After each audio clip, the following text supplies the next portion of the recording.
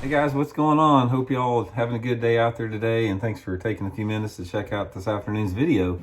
And hey, if you guys saw the video I did earlier this morning, we talked about the launch of the Blaukat Old School Jig.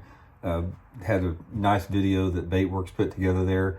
And today I want to show you guys more detail on the jig up close. I'm going to explain why we did which and all the components on it, and more importantly, you know, is it worth 10 bucks for the jig? I know it's, you know, the most expensive jig on the market, and there's a reason for that. It's not just because we're trying to make more money on it. There's a reason why it costs so much to produce. I'm going to go over that in detail here. So anyway, guys, if you guys are interested in ordering some of these, I'll include the Baitworks link in the description. For now, we're just going to offer them through Baitworks, and if everything goes well with the sales, we're going to expand them out around the country. So if you guys are interested in some, just check the link out here in the description of the video.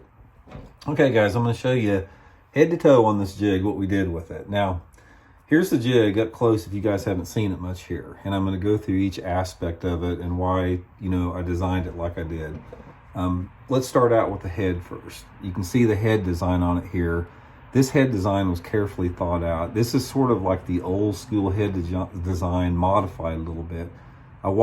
First of all, I wanted it flattened out a little bit on the bottom right here. And the reason I wanted it flattened here, this jig skips like a rock, like a flat rock. I mean, all you guys out there that like to skip jigs, you're not going to find a better pitching and flipping jig to skip with this flat bottom here. So if you're wanting to skip and pitch them, this is the 5/8 out here. I'd suggest going with the 3/8 or the 1/4. Just skips. That's one of the things I wanted it to do, is skip well under docks and stuff, but it really does. But you can see the V shape a little bit of the head here. See how it comes through right here? This is what makes this jig so weedless in correlation with the bottom of it, because this jig it's the most weedless jig that I've ever fished as far as not getting hung up in a variety of cover. You can fish it through thick bushes, rock, laydowns, and not get hung up. And the big test on this, guys, if you fish boat docks, if you cast like over a cable, and you know how you reel your line up and your jig comes over the cable, and most of the time it'll come up like that and turn over and get hung up. This thing comes right over the cable with this head design. So there was a lot of thought and emphasis and design put into this head right here. And I wanted a turned eye right here. You can see it's got the turned eye. I think the turned eye not only makes it more weedless, but I think it hooks the fish better. And I think it gives it a different fall. All those jigs out there that have a straight eye in them like that, they have a completely different fall than a turned eye. So this head was very well thought out. Another element is the weed guard. Notice how this weed guard is trimmed completely horizontal with the hook like this. This is another one of the things why it costs more money. The people that tie these jigs have to cut each one of these individual weed guards. Most, not 100% of the ones I know, every one you guys, other the jigs on the market, they just stick the weed guard in there and it's flattened off at the top. You know, it looks terrible, but we take the time to trim them parallel with the hook, and this is the right length on it. And then obviously based upon the cover you're fishing, you can take your scissors and you can thin out the weed guard based upon if you want, you know, less guard in the way if you're fishing more open cover. And one of the big reasons, guys, these things cost more is these things are hand tied in America. They're not, most big lure companies out there you guys see that sell in Walmart and Bass Pro, they ship their jigs to China and they're tied in some factory over in China. That's why they can sell them so cheap. These are made in America. They're hand tied by Americans. Everybody that's tying these jigs here lives in Springfield, Missouri. So that aspect right there adds a tremendous cost on it. So the wire, you can see it's got the wire tie on it here, like that. The wire tie keeps it in place, and also the wire tie helps flare the jig out a little bit. The tighter you tie this on there, the more it flares out right here. And this wire tie, guys, this is another time-consuming process. It takes a lot of time to get that wire just on right, to put the different colors in there, cinch it down right.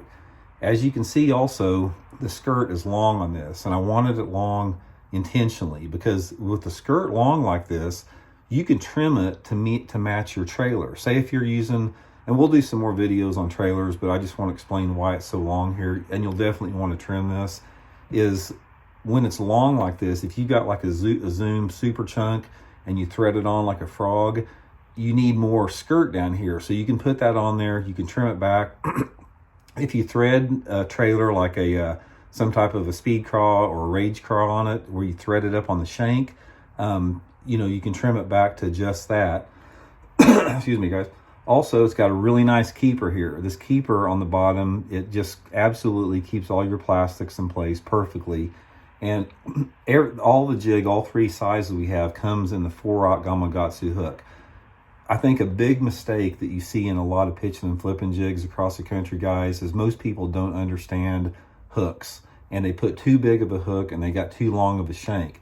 The shank on this jig is shorter than most shanks, and the hook is limited to 4/0 size. You do not want a big honking hook on a jig. You just don't want it on there. You want a hook that's super stiff like this one is, and you've got the 4/0 bite diameter. Number one, it's not obtrusive.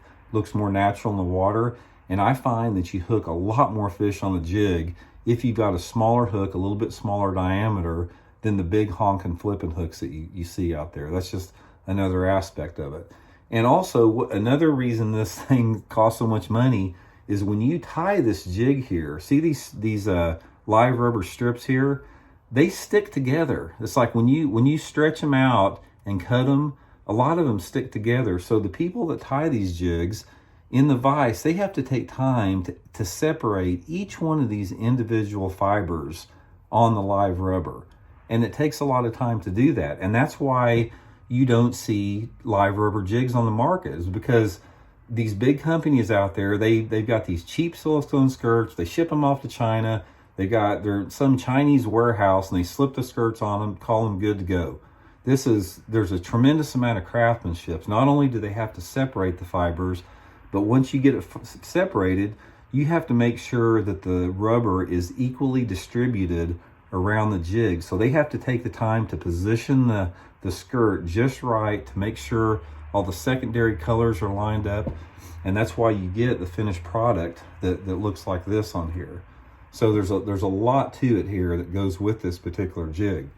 So all you guys out there that are, you know, I haven't had that much issue with it. People talking about the price. It is pricey, but that is why it's pricey, guys. There's just a tremendous amount of labor involved in time to things. It takes a long time. It's something you can't slop through.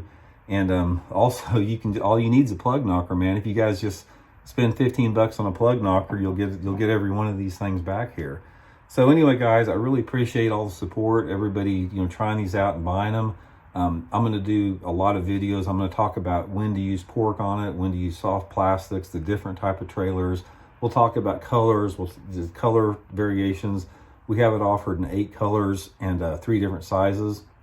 There's a reason why that is. And I'll go into a bunch of specific details on the jig. So anyway, I just wanted to answer that question. You know, is it worth the $9.99 for them? And that's why they cost $9.99. Again, guys, appreciate your support. If you want to order them, like I said, I got the Baitworks link in the description. And anyway, we'll talk soon. Much appreciated.